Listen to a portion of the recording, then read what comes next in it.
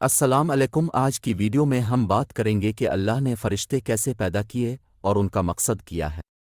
تو آئیے شروع کرتے ہیں۔ دوستو، اللہ تعالیٰ نے فرشتوں کو نور یعنی روشنی سے پیدا کیا ہے۔ قرآن و حدیث میں ہمیں ملتا ہے کہ فرشتے اللہ کے انتہائی تابع اور فرمانبردار مخلوق ہیں۔ ان کا کام صرف اللہ کی عبادت اور اس کے حکم کی بجا آوری ہے۔ فرشتے نہ کھاتے ہیں، نہ پیتے ہیں، نہ سوتے ہیں، اور نہ ہی انہیں کوئی جسمانی خواہشات ہوتی ہیں۔ فرشتوں کی تخلیق کا مقصد بہت عظیم ہے۔ اللہ تعالیٰ نے انہیں مختلف کاموں کے لیے مقرر کیا ہے۔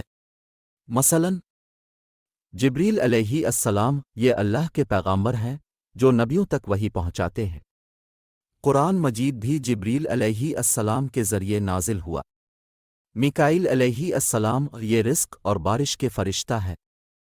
اللہ کے حکم سے زمین پر بارش برساتے ہیں اور مخلوقات کو رزق پہنچاتے ہیں۔ اسرائیل علیہ السلام یہ ملک الموت ہیں، یعنی موت کے فرشتہ ہے۔ انسانوں کی روح قبض کرنا ان کی ذمہ داری ہے۔ اسرافیل علیہ السلام یہ قیامت کے دن سور پھونکیں گے۔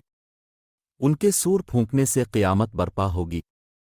دوستو، اللہ تعالیٰ نے فرشتوں کو اپنی قدرت اور عظمت کی نشانی کے طور پر پیدا کیا ہے۔ ان کی تخلیق سے ہمیں یہ سیکھنا چاہیے کہ اللہ کی قدرت کتنی بے انتہا ہے۔ فرشتے ہمیں یہ سبق دیتے ہیں کہ ہمیں بھی اللہ کے حکم کی پابندی کرنی چاہیے اور اس کی عبادت میں مخلص ہونا چاہیے۔ فرشتے ہمیں یہ بھی یاد دلاتے ہیں کہ ہماری زندگی میں اللہ کی طرف سے حفاظت، رہنمائی اور مدد ہمیشہ موجود ہوتی ہے۔ ان کا وجود ہمارے ایمان کو مضبوط کرتا ہے اور ہمیں اللہ کے قریب لے جاتا ہے۔ امید ہے آپ کو آج کی ویڈیو پسند آئی ہوگی اور آپ کو اللہ کی تخلیق کی عظمت کا اندازہ ہوا ہوگا۔ اگر آپ کو ہماری ویڈیوز پسند آتی ہیں تو ہمارے چینل کو سبسکرائب کریں، ویڈیو کو لائک کریں اور اپنے دوستوں کے ساتھ شیئر کریں۔ اللہ ہم سب کو اپنے دین پر ثابت قدم رکھے۔ اگر آپ کا کوئی سوال ہے اسلامک ٹاپک کے بارے میں تو اپنا سوال کمنٹ میں ضرور کیجیے گا۔ اللہ حافظ۔